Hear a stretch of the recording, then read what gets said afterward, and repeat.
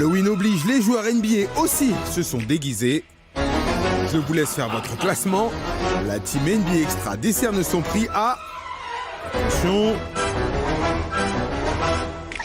JJ Redick. Il y avait quand même 3 matchs hier soir. Qui dit Halloween dit bonbon. Bonjour à tous. JJ Redick. Bonjour à toutes. C'est un Lego. Ah oui, c'est le Lego. Voilà, c'est un Lego. On faisait le point sur les déguisements des joueurs NBA. Bonjour à tous, on est ravis de vous accueillir en ce 1er novembre ensoleillé et bien chaud. Hein. Ils ne sont pas déguisés, mais ils sont bien avec nous pour revenir sur les 3 matchs de la nuit. Ouais, j'en connais un, il est quand même déguisé depuis 3-4 jours. Hein. Moi, j'avais pris de l'avance. Celle-là, je l'avais préparé, mais voilà. J'avais pris de l'avance. J'ai arrêté les Lego il y a quelques temps, c'est pour ça que je ne l'ai pas reconnu tout de suite. Vrai. Bonjour Jacques. Bonjour, bonsoir Comment ça Marie, le X-Man. Salut. Ça va? Encore Bien dormi? Encore en mode guéluron. Je suis pas certain que dormir soit le terme, mais ouais. Mais bon, tu es de bonne humeur, donc c'est ça qui nous ravit aujourd'hui. C'est la grande nouveauté de la semaine. C'est ça. Mais faites pas chier. Allez, faites comment. Mais dis donc, il y a des enfants qui nous regardent. On va Oui, revenir sur les 3 matchs de la nuit dernière, quand même. Mais avant cela, un point sur les informations qui sont tombées dans la soirée hier soir suite à la bagarre, vous le savez, entre Joel Embiid et Karl Anthony Towns. La sanction de Kiki est tombée. 2 matchs de suspension pour ces 2 joueurs donc, qui se sont battus et qui ont continué la lutte, entre guillemets. Après, ça n'a pas plu à la NBA. 2 matchs de suspension, donc. On rappelle que lorsque les joueurs sont suspendus, ils ne sont pas payés par leur franchise et que donc la sanction est tombée. Aucun autre membre de la bagarre n'est suspendu ou ne prend une amende. On pensait peut-être que Ben Simmons aurait quelque chose. Mais voilà donc ce qu'a décidé la NBA. Oui. Il les a séparés, nous dit-on. Ok, pourquoi pas. Ouais. Jimmy Butler qui a liké aussi, c'était assez drôle. Ouais. Il y a eu... c'est pas cher hein, pour eux. Hein. Non. Il y a eu, avec Ben Simmons, on peut voir sur les images qu'il le prend au cou, ce qui est pas bien. Il prend Karl Anthony Towns au cou, mais on voit aussi qu'il relâche et qu'il fait ça avec la main pour le calmer, quand on regarde. Alors, oui, il doit pas le prendre au cou.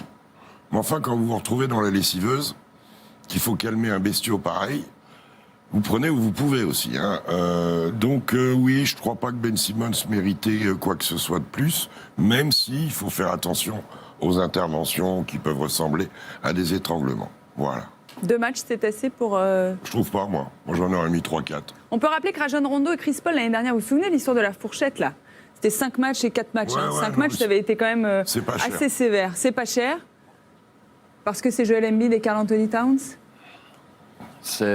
Ou finalement, c'était peut-être une petite bagarre, et puis bah voilà, ils prennent 2 matchs, quoi. Il y a pas de punch. C'est le punch qui coûte cher. Ouais, c'est ça. C'est pas une vraie bagarre, quand même. Après, si ça touche... Ils sont au corps, c'est plus de la lutte. Moi, je m'attendais à 3, je sais pas. Mais... Bon, je suis pas loin. Mais, écoutez, ils ont pris leur décision, voilà. On verra s'il y a Plus, récidive. moins, j'en sais rien. Voilà, par contre, Ça pourrait coûter cher. le match à Minnesota sera ces 2 garçons. observé. Tout à fait. On a hâte de voir les retrouvailles, d'assister aux retrouvailles. Hein. Dommage, ce ne sont pas les mêmes conférences. Mais ils se rencontrent donc pas très souvent. On donne également des nouvelles de Stephen Curry. Vous le savez, le joueur des Warriors s'est gravement blessé à la main. En tout cas, il s'est fracturé la main gauche, mais il a apprécié le support et tous les messages que l'on lui a envoyés. Il va revenir bientôt, 6 à 8 semaines. Voici l'indisponibilité que l'on entend autour de l'absence de Stephen Curry, donc, qui s'est donc bel et bien fracturé la main, mais qui devrait donc revenir finalement pas trop tard. Oui, et puis comme le disait très justement Chris Mullin hier, il va pouvoir courir, il va pouvoir travailler, garder la forme, garder le cardio, accompagner l'équipe. Bon, vous savez, une fracture sans kikinant, hein, sauf quand c'est une fracture type Gordon Hayward ou Paul George ou des choses comme ça qui sont horribles. Enfin, Gordon Hayward, c'était pas une fracture. Bon... Puis la main gauche, ma foi. Ceci dit, au niveau du maniement de balle, on a affaire quand même... C'est comme un pianiste, hein. C'est comme un maestro. Et il va falloir quand même... C'est pas un usage normal de la main que fait Steph Curry. Stephen Curry, qui vous l'avez vu dans le sommaire, portait un fabuleux costume hier en famille. C'était la famille de Toy Story. Un petit peu Buzz l'éclair pour Stephen Curry. Et puis vous reconnaissez Woody bien sûr, et toutes ces copines que l'on peut voir dans les différents épisodes de Toy Story que l'on connaît bien, Xavier. J'ai bien regardé le dernier, ouais, en particulier. Mais bien écouté. Je constate qu'aux États-Unis, ils sont moins dans la tête de mort que nous. Je sais bien qu'on a toujours 10-15 ans de retard, puisque c'est une fête quand même qui n'est pas à nous au départ, même si elle a été importée par des Irlandais, ouais, voilà. Et des Écossais, je crois. Mais c'est vachement sympa. Alors que nous, on a des sorcières, et je suis bien placé pour en parler, à tous les feux rouges. Donc... Voilà donc pour les nouvelles concernant Stephen Curry, les Warriors qui vont jouer face aux Spurs, on va en parler dans un instant, puisque nous allons nous intéresser justement à ces Spurs qui jouaient hier soir face aux Clippers, des retrouvailles pour Kawhi Leonard qui, on le rappelle, a passé 7 ans dans cette franchise avant de partir pour Toronto et d'atterrir donc chez les Clippers. Il était reposé, Kawhi Leonard hier soir. Ouais, parce qu'il ne joue pas les back-to-back, il joue sur le premier et sur le deuxième match d'un back-to-back, et comme de par hasard, ils ont choisi de le faire jouer contre San Antonio. C'est fou quand même. C'est marrant, Ça, c'est incroyable. Et il va faire un match absolument énorme, Kawhi Leonard. Les Clippers sont devant, mais pas de beaucoup. Bonne passe du duo, belle action du duo Lou Williams, Montrezl Harrell qui lui aussi a fait de bonnes choses. Il est tout à côté de chez lui, Compton, California, de Marc DeRozan. C'est vrai, on avait l'impression. Pour le cinquantenaire des Clippers, il sera comme ça toute la saison. Bon, c'est pas du tout les couleurs de la franchise, c'est bon. Mais pourquoi pas? Il est plutôt bon quand même. Ouais, ils vont finir par se trouver. Le nouveau maillot est aussi pas aux couleurs officielles des Clippers. Il est très beau d'ailleurs. Et pan On est dans le troisième quart-temps et là, ça dégringole dans tous les sens. Et c'est signé Kawhi Leonard ou encore ici Montrezl Harrell. Monstrueux. C'est monstrueux. Il est incroyable. Et c'est pas terminé avec Kawhi cette fois qui prend le meilleur sur tout le monde, qui va pouvoir terminer avec ce petit dunk. Avec ça la belle interception au passage. Spécial Kawhi. Sur Rudy Gay. C'est une spéciale Kawhi, absolument. Piquer les ballons comme ça avec les bras et les mains qu'il a. Et celui-là, il est pas à 3 points, c'est parfait. En tout début de quatrième quart-temps, Kawhi Leonard encore. Incroyable. Il a été parfait hier soir. 38 points pour Kawhi Leonard. Mais les Spurs n'ont pas dit leur dernier mot. On pensait que les Clippers étaient partis pour une victoire finalement assez facile. Il n'y a que 2 possessions à ce moment du match. 4 points d'écart. Il faut terminer l'affaire et c'est ce que va faire Montrezl Harrell avec les 2 points et la faute ici. Un Kawhi Leonard à 38-12 quand même. Montrezl Harrell donc énorme avec ses 24 points. On le rappelle en sortie de banc. Lou Williams un petit peu plus discret mais lui aussi c'est en sortie de banc. Et puis pas grand chose à souligner excepté le match catastrophique de LaMarcus Aldridge. Exactement. Il a été nul. L'homme invisible. Ça fait 4 victoires et 2 défaites pour les Clippers qui ont pu compter, vous l'avez compris, sur un bon Kawhi Leonard. 38 points, il a pris 32 tirs quand même hier. C'est un record en carrière. Mais il signe un double-double et vous allez l'entendre dans son interview, il se projette déjà assez loin. It was great practice. This is how playoff games go. Gonna go down to the last 2 minutes of the game. And like I said, we just need that practice so we can execute in the future. You know, they're a competitive group, well coached. Coach Pop's great, and they played their butts off tonight. Quand Kawhi Leonard est là, quand même, ça change pas mal de choses. Ouais, mais dommage pour Popovic quand même, parce qu'on sait que ça s'est pas forcément très très bien terminé. Enfin, c'est ce qu'on croit savoir d'ailleurs. C'est vrai, mais bon, ils se sont parlé à la fin du match. Il connaît le business. Greg Popovich a toujours plutôt mis le doigt sur l'entourage de Kawhi. Absolument. Que sur Kawhi lui-même. Quant au match en lui-même, c'est vrai que Aldridge n'a pas été bon. Vous savez combien de pertes de balles ont les Spurs sur le match? 7. Donc ils ont quand même particulièrement tenu le ballon. Ils ont fait un match de traînard, mais parfois quand on fait un match de traînard, on ne revient pas. Et c'était pas loin le hold-up. Le hold-up était potentiel. D'ailleurs, -4, -4, Rémi Clis le disait. Bref, moi j'ai trouvé... Alors bien sûr, Kawhi change tout, on attend avec impatience le retour de Paul George. Exactement. Mais j'ai trouvé que les Spurs sont une équipe bien structurée, qui a des solutions, des gars comme Rudy Gay, Patty Mills, que ça sort du banc, c'est pas mal, le petit Derrick White a été c'est leur première défaite. Première défaite, ils sont à 1 et 3. 3 et 1. C'est pas si mal pour, Ah non, mais c'est très bien. pour les ça Spurs. doit aller en playoff. Pour l'instant, ils en prennent le chemin. On a vu les plus belles actions de Kawhi Leonard. Vous parliez de la hiérarchie chez les Spurs. Chez les Clippers aussi, elle semble assez bien établie avec ce chef, ce meneur qu'est Kawhi Leonard, ce leader qui tourne, vous le voyez, déjà à près de 30 points de moyenne. Le chef et ses lieutenants. Lou Williams, on en a souvent parlé, mais vous l'avez souligné dans le résumé, la très bon début de saison de Montrezl, qui est déjà à près de 20 points de moyenne. Regardez ce pourcentage de réussite qui est excellent. Et hier soir, encore une fois, il a été très adroit, je veux dire. Et il est toujours assez bien placé quand même. Mais un mot quand même sur ce qu'est Montrezl aujourd'hui chez les Clippers. Ce qu'est Montrezl ? Ouais. Un petit peu comme Patrick Beverley ou même un degré moins de Lou Will parce que c'est plus sur le parquet. C'est un energizer. C'est un mec qu'on veut avoir dans le vestiaire. C'est un mec qu'on veut avoir avec soi et pas contre soi. Faut se souvenir comment il est arrivé aux Clippers de Houston. À Houston. Pour le trade de Paul George, on voit que c'est quand même les Clippers qui s'en sont largement les mieux sortis dans cette histoire d'échange, parce que Lou Williams était dedans aussi, parce que il est absolument partout. C'est son énergie, il a une énergie débordante. C'est l'idole du public. Personne ne pouvait l'imaginer arriver à un tel niveau. 24 points hier soir. À un tel niveau, non, mais on voyait déjà à Houston sur les bribes de minutes qu'il avait que c'était quelqu'un qui amenait un peps, une énergie fantastique. Et là, lui, il est en total épanouissement, puisqu'il leur coûte pas cher. Mais il débute pas, et il faut aussi respecter Ivica Zubac, comme ils disent, qui, avec sa taille, son poids, débute le match. Il a pas des mauvaises mains à l'intérieur, enfin bref, c'est pas un génie, mais il permet à Montrezl de mettre la deuxième lame. Et attention, c'est le principe d'un train peut en cacher un autre. Parce que l'autre, quand il arrive plein badin, c'est... Le banc des Clippers, c'est un délire. C'était le meilleur banc de la NBA l'année dernière. Moi, ce qu'ils ont fait, il est moins long. Warriors. Ouais. C'est vrai qu'il est un peu moins long. Le calendrier pour nos amis des Clippers, qui sont donc en vitesse de croisière. Ils ont perdu 2 matchs, certes. Mais voici ce qui les attend, alors que l'on attend le retour de Paul George. On avait dit, après les 10 premiers matchs, il y en a 6 qui sont joués. Le Jazz, les Bucks, les Blazers, les Raptors et les Rockets. Vous savez que j'aime bien le jeu des pronostics. Ils en prennent combien là-dessus ? Leur objectif, c'est 4. Leur objectif, c'est 4. Voilà. S'il n'y a pas de back-to-back là-dedans, 4, c'est faisable. 4, c'est faisable, ouais. Alors ça, c'est pas un Clipper, quand même, ce qu'ils nous ont mis comme bateau.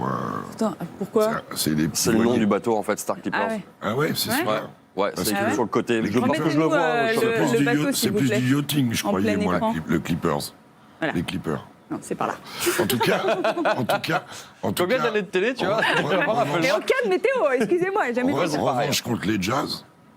Le Jazz, pardon. Alors Bucks. Le Jazz. Ouais. Bucks. Tu fais la météo maintenant ou ? Ouais, 4-5, mais bon, il faut qu'ils fassent 4-5 pour eux. Pas mal de déplacements, un petit road trip quand même. Comment ? Non, c'est chez eux. C'est chez eux, pardon. C'est chez eux. C'est chez eux. Oui, versus. Parce que hâte, c'est en déplacement. Ah, c'est vrai. Combien d'années déjà, rappelons-nous ? Non, 4 sur 5, c'est dans les clous, quoi. Parce qu'ils en ont déjà lâché 2. Ouais, ça va quand même. Ça va le quand Jazz, même. c'était sans Paul, sans Kawhi Leonard. Et l'autre, c'était Phoenix. J'étais en but ensuite, Phoenix. Les pas Spurs, beau. eux, vont jouer face aux Warriors. Et ce sera ce soir.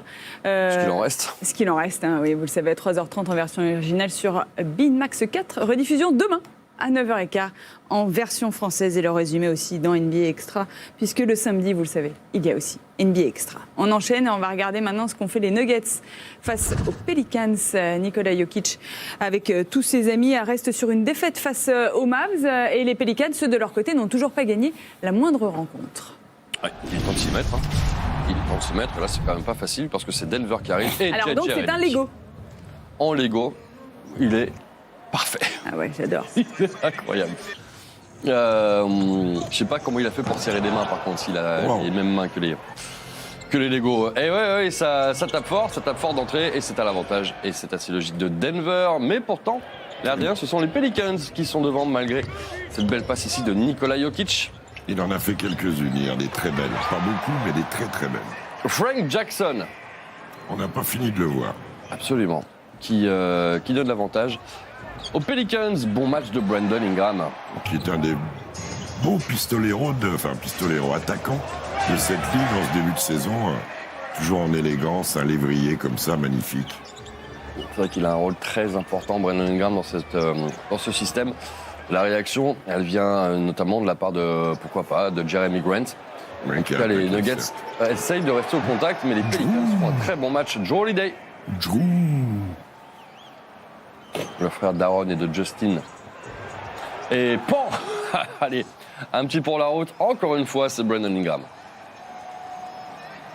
Sous les yeux de Zion Williamson, qui doit apprécier ce qu'il voit, puisqu'il voit son équipe prendre le chemin de leur première victoire de la saison. Eh oui, on arrive en fin de 3e quart-temps.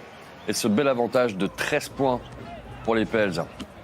Il y en a un qui revient un petit peu, qui se remontre, comme il l'avait déjà fait un petit peu par séquence l'année dernière, c'est Jahlil Okafor.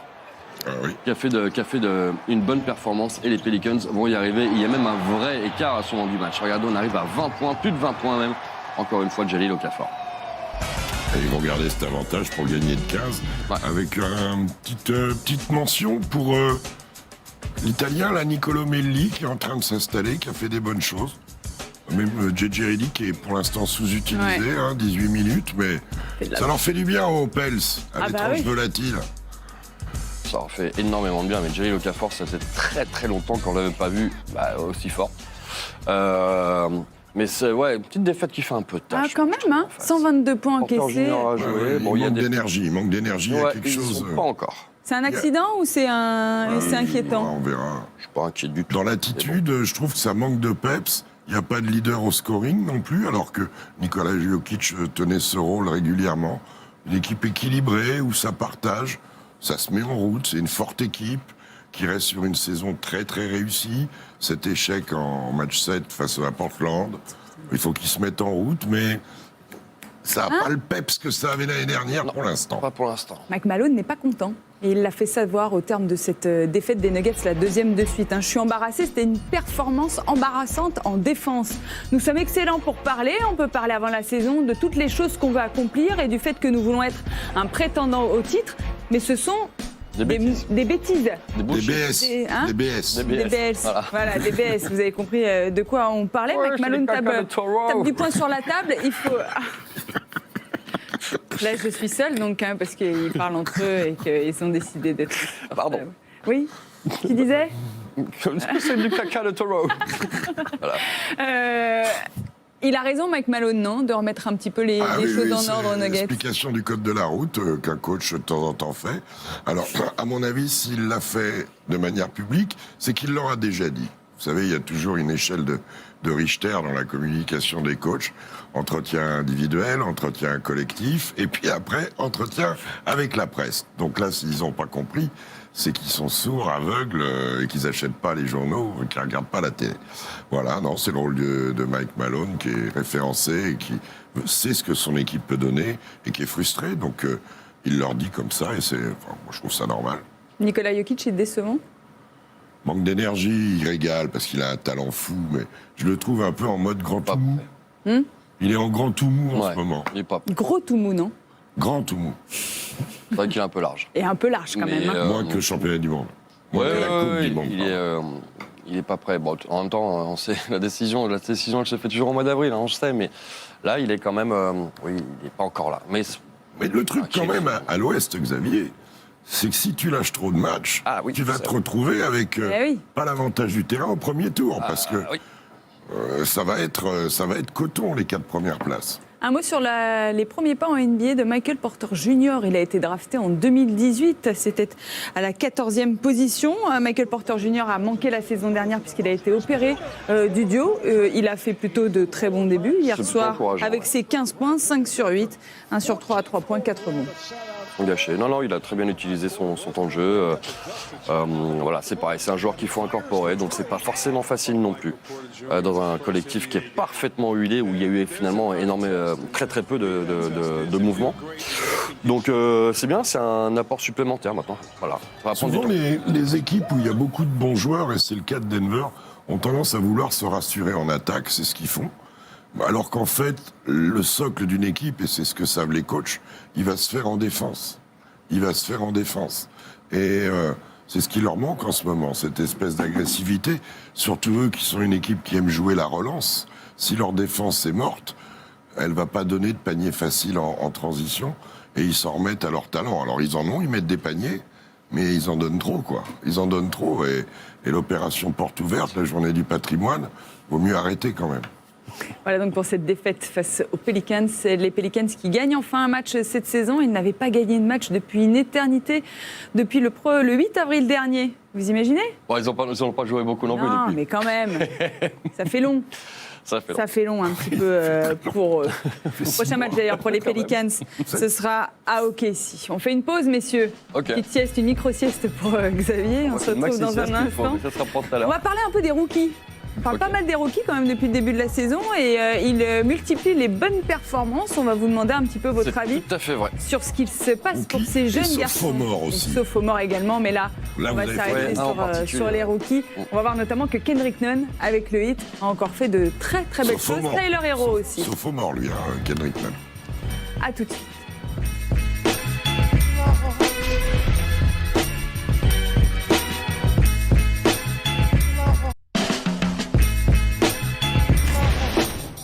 Pourquoi tu rigoles?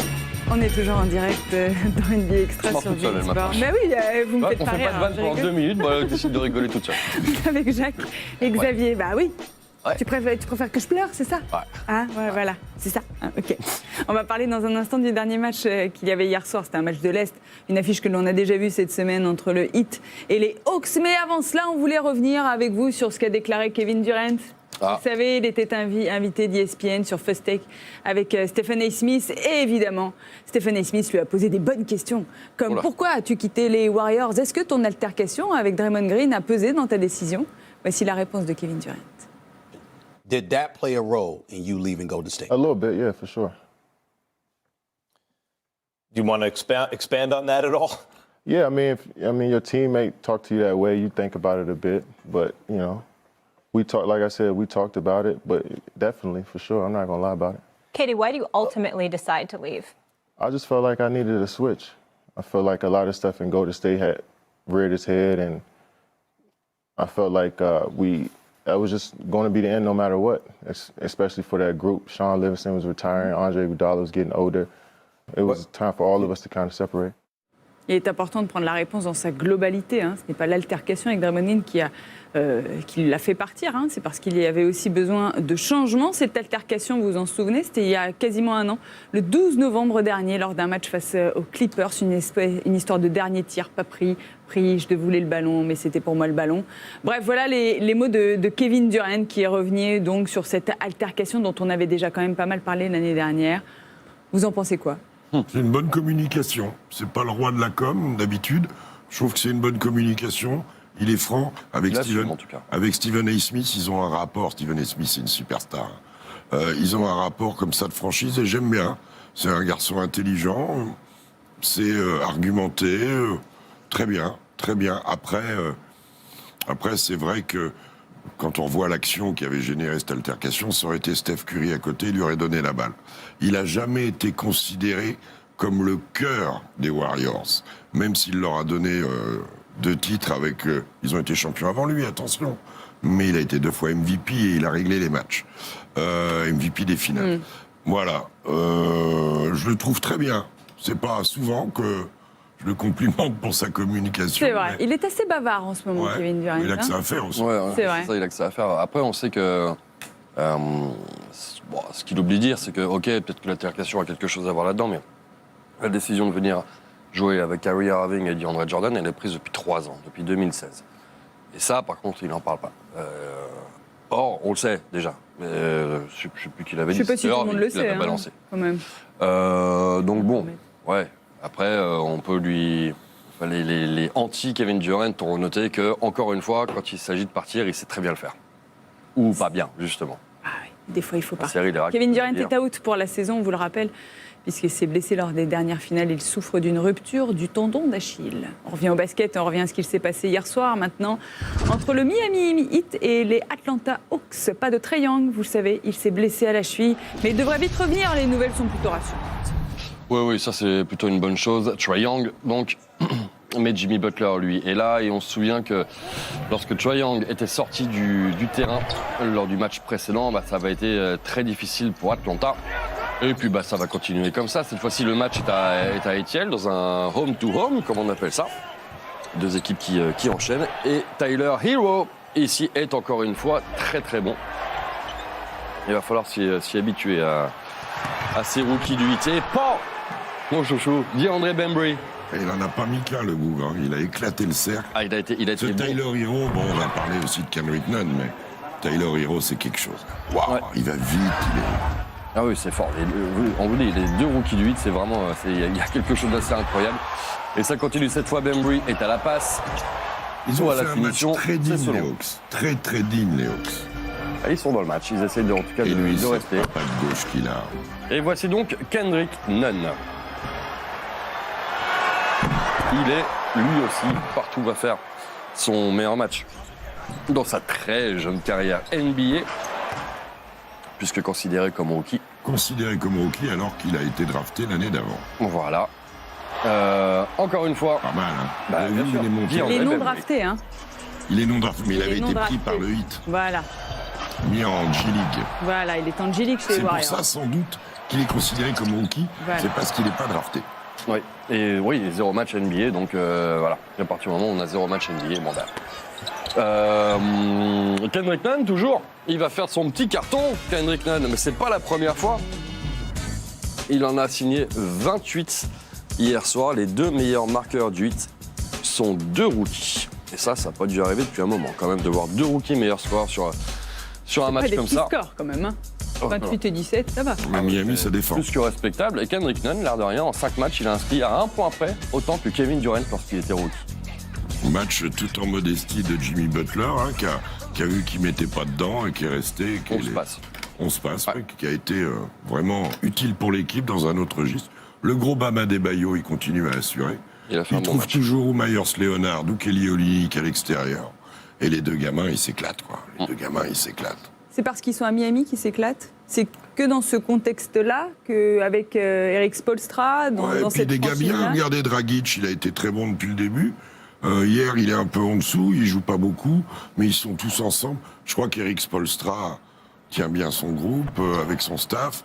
Je crois que la main de fer dans un gant de velours ou la main de velours dans un gant de fer, comme vous voulez, de Pat Riley est bien présente aussi. Voilà, et ils ont été très malins, à la fois dans le développement de Kendrick Nunn, dans le choix de Tyler Hero, dans le fait de donner les clés du camion dans la raquette à Bam Adebayo. Josh Richardson est parti, il y a des minutes qui se sont ouvertes. Superbe. Est-ce qu'ils réussissent des performances comme ça aussi parce que les défenses ne sont pas encore habituées à eux, ne se focalisent pas sur eux? Il y a Jimmy Butler qui fixe. Ouais, mais c'est une équipe qui est bien construite à l'arrivée. Hein. Alors ok, c'est vrai que c'est surprenant de les voir aussi forts, ça va pas se mentir. Il y a le rookie wall qui va peut-être leur tomber à un moment ou un autre sur la truffe, mais il y a d'autres joueurs aussi qui sont là pour porter le hit. Myers Leonard, c'est une super recrue, bien doublé par Kelly Olynyk en plus de ça. Et il y a Derrick Playoff, Jones Jr. Belle saison. Hein, Derrick Jones Jr. qui est par là aussi. Derrick Jones Jr. absolument, qui va il est revenir. blessé, mais il va Non, revenir. c'est un groupe intéressant qui va jouer les Trublions dans la conférence Est. Mm. Ils ont été gagnés au box quand même. Hein, Ah ouais, non, ils vont même prendre. s'ils étaient dans les cordes, ils sont revenus, ils les ont exécutés. Mais c'est vraie équipe popcorn, hein. Ça c'est une vraie équipe très très sympa à regarder. Les deux d'ailleurs. Les Hawks aussi, bon, évidemment privés de Trae Young, c'est un poil moins bien. Mais c'est deux équipes très très sympas à regarder cette année, les Hawks et le Heat. On va écouter Kendrick Nunn, qui a quand même 24 ans. Ne l'oublions pas, il est né en 95, un petit peu plus vieux que ses jeunes camarades de promotion rookie. It comes from hard work, most definitely. My faith in Jesus Christ and just hard work and laying it out on the floor. We got a lot of guys that can play make, and we share the ball and we'll be good on offense.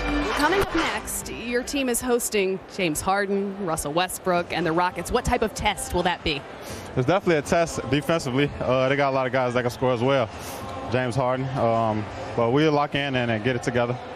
Justement, on voulait parler du calendrier un peu de Miami qui a réussi un bon début de saison, mais on le répète souvent, c'est une question de calendrier par moment. Les Rockets, les Nuggets, les Suns et les Lakers, là aussi, c'est une semaine quand même qui s'annonce assez chaude, si je puis me permettre pour le Heat. Oui, Ok, enfin, mais bon, vas-y. Non, mais ceux qui vont les recevoir aussi sont pas spécialement rassurés. S'ils en prennent 2, c'est très bien. C'est très très bien.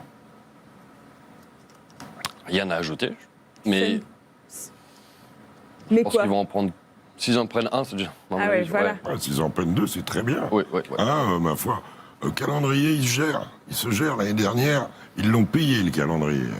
Et c'est les Nets qui avaient réussi à... Non, c'est l'inverse. C'est Orlando qui avait un calendrier billard et les Nets qui souffraient à la fin.